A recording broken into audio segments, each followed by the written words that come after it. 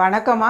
இன்னைக்கு நம்ம வீடியோவில் சூப்பரான மோர் குழம்பு எப்படி செய்யறதுன்னு பார்க்க போகிறோம். வாங்கம்மா நம்ம வீடியோவில் பார்க்கலாம். வீடியோ பார்க்கறதுக்கு முன்னாடி மறக்காமல் நம்ம சேனலை சப்ஸ்கிரைப் பண்ணிக்கணுமா. அப்படியே பக்கத்தில் இருக்கிற பெல் பட்டனையும் ப்ரெஸ் பண்ணிக்கோங்கம்மா. பாருங்கம்மா, நான் 1/2 லிட்டர் தயிர் எடுத்துருக்கேன். தயிர் இந்த மாதிரி கெட்டி தயிராக வச்சுக்கோங்கம்மா. புளிப்பு ரொம்ப ஹெவியாக இல்லாமல் மீடியமான அளவில் எடுத்துக்கோங்கம்மா. இப்போ இது மிக்சி ஜாரில் நம்ம கடைஞ்சிக்க போகிறோம். உங்களுக்கு மத்திலே வேணும்னா நீங்கள் கடைஞ்சிக்கினா கடைஞ்சிங்க. மிக்சி ஜாரில் போட்டு கடைஞ்சிங்கன்னா நமக்கு திப்பி திப்பி இல்லாமல் நல்லா நைஸாக கடைஞ்சிக்கலாம். நான் மிக்சி ஜாரில் கடையிறேன். இப்போ மிக்சி ஜாரில் தயிர் சேர்த்துக்கலாமா. இப்போ நல்லா நைஸாக அரைச்சிக்கலாம். தண்ணிலாம் விட்டு அரைக்காதீங்க, அப்படியே அரைங்க. பாருங்கள், இப்போ நம்ம அரைச்சிட்டோம். எந்த அளவுக்கு நல்லா நைஸாக இருக்குது பாருங்கள். நல்லா ஒரு சுற்றினாலே போதும், நல்லா நைஸாக ஆகிடும். இப்போ நம்ம இது வேறு பாத்திரத்தில் மாற்றிக்கலாம். பாருங்கம்மா, நான் 2 ஸ்பூன் துவரம்பருப்பு எடுத்துருக்கேன். துவரம்பருப்பு 10 நிமிஷம் ஊற வச்சுருக்கேன். இப்போ நம்ம மிக்சி ஜாரில் சேர்த்துக்கலாம். அது கூடவே 1 ஸ்பூன் ஜீரகம் சேர்த்துக்கலாம். ஒரு துண்டு இஞ்சி சேர்த்துக்கலாம்.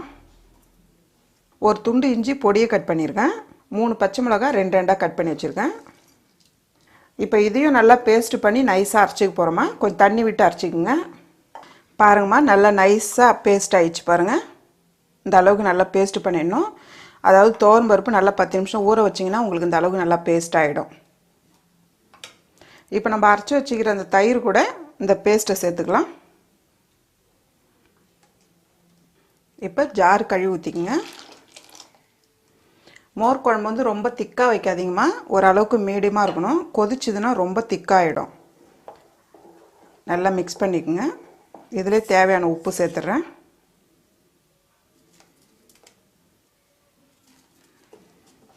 நல்லா மிக்ஸ் பண்ணி வச்சுக்கோங்க. நமக்கு குழம்பு கொதிச்சுதுன்னா ஓரளவு கரெக்டாக வந்துடும். இன்னும் கூட வேணுன்னா நமக்கு தண்ணி விட்டுக்கலாம். இப்போ நம்ம அடுத்தது மோர் குழம்பு வைக்க போகிறோம். இப்போ கடாய் வச்சுங்கம்மா. கடாய் நல்லா சூடாகட்டும். சூடானதும் ஒரு 2 ஸ்பூன் எண்ணெய் சேர்த்துக்கலாம். ரொம்ப மோர் குழம்புக்கு அதிக எண்ணெய் தேவையில்லை. எண்ணெய் சூடானதும் ஒரு 1/2 ஸ்பூன் வெந்தயம் சேர்த்துக்கலாம். 1 ஸ்பூன் கடுகு சேர்த்துக்கலாம். வெந்தயம் கடுகும் கொஞ்ச நேரம் அப்படியே செவந்து வரட்டும். வெந்தயம் கடுகும் பொரிஞ்சதும் 3 காஞ்ச மிளகாய் 2 கட் பண்ணி வச்சுருக்கேன். இதையும் சேர்த்துக்கலாம். காஞ்ச மிளகாய் கொஞ்ச நேரம் நல்லா செவந்து வரட்டும். நான் 50 கிராம் சின்ன வெங்காயம் எடுத்துருக்கேன். நல்லா முழுசாகவே போடுறேன். இதையும் சேர்த்துக்கலாம். பெருங்காயம் 1 ஸ்பூன். கருவேப்பிலை தேவையான அளவு. சின்ன வெங்காயம் வதங்குற அளவுக்கு ஓரளவுக்கு வதக்கிக்கலாமா. மோர் குழம்புல நீங்கள் சின்ன வெங்காயம் கொஞ்சம் போட்டு செய்தீங்கன்னா ரொம்ப நல்லாயிருக்கும். சில பேர் மோர் குழம்புல வெங்காயமே போட மாட்டாங்க. பெரிய வெங்காயம் போடுறத விட சின்ன வெங்காயம் போட்டு வச்சு பாருங்கள். உங்களுக்கு ரொம்ப டேஸ்ட்டு நல்லா டிஃப்ரெண்ட்டாக இருக்கும். நான் மோர் குழம்பு ப்ளைனாக வைக்கிறேம்மா. மோர் குழம்பு வைக்கிறதுனால எத்தனையோ விதம் இருக்குது. வெண்டைக்காய் போட்டு வைக்கலாம், அதே மாதிரி வெள்ளரிக்காய் போட்டு வைக்கலாம். பாருங்கள், கொஞ்ச நேரம் நல்லா வதக்கிடுங்க. சின்ன வெங்காயம் கொஞ்சம் நல்லா வதங்கணும். பாருங்கள், வெங்காயம் நல்லா வதங்கிடுச்சு. இந்த டைமில் நம்ம கடைஞ்சி வச்சுக்கிற மோரை சேர்த்துக்கலாம்.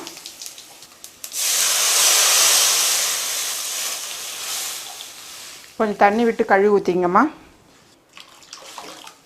கொஞ்சமாக மஞ்சத்தூள் போட்டுக்குங்க. மஞ்சத்தூள் எதுக்குன்னா கலருக்காக தான். இப்போ நல்லா மிக்ஸ் பண்ணி நல்லா விடுங்க. மிக்ஸ் பண்ணி நல்லா ஒரு கொதிச்சதும் நம்ம இறக்கிடலாம். ரொம்ப நேரம் கொதிக்கக்கூடாது.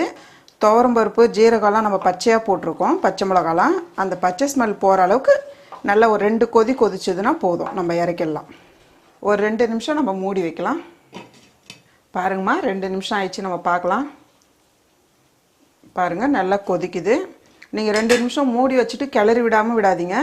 நடுவில் எடுத்து கிளறி விடணும். நம்ம எந்த பொருளாக இருந்தாலும் மூடி வச்சிட்டா நடுவில் கிளறி விடணும், அப்படியே விடக்கூடாது. பாருங்கள், எவ்வளோ நல்லா இருக்குது பாருங்கள். மோர் குழம்பு நல்லா சூடாக சாப்பாடு போட்டு சாப்பிட்டா ரொம்ப நல்லாயிருக்கும். அவ்வளோதாம்மா, ரொம்ப ரொம்ப ஈஸியான நல்லா சூப்பரான மோர் குழம்பு ரெடி ஆயிடுச்சு. அம்மாவோட வீடியோஸை சுட சுட தெரிஞ்சுக்க மறக்காமல் நம்ம சேனலை சப்ஸ்கிரைப் பண்ணிக்கோங்கம்மா.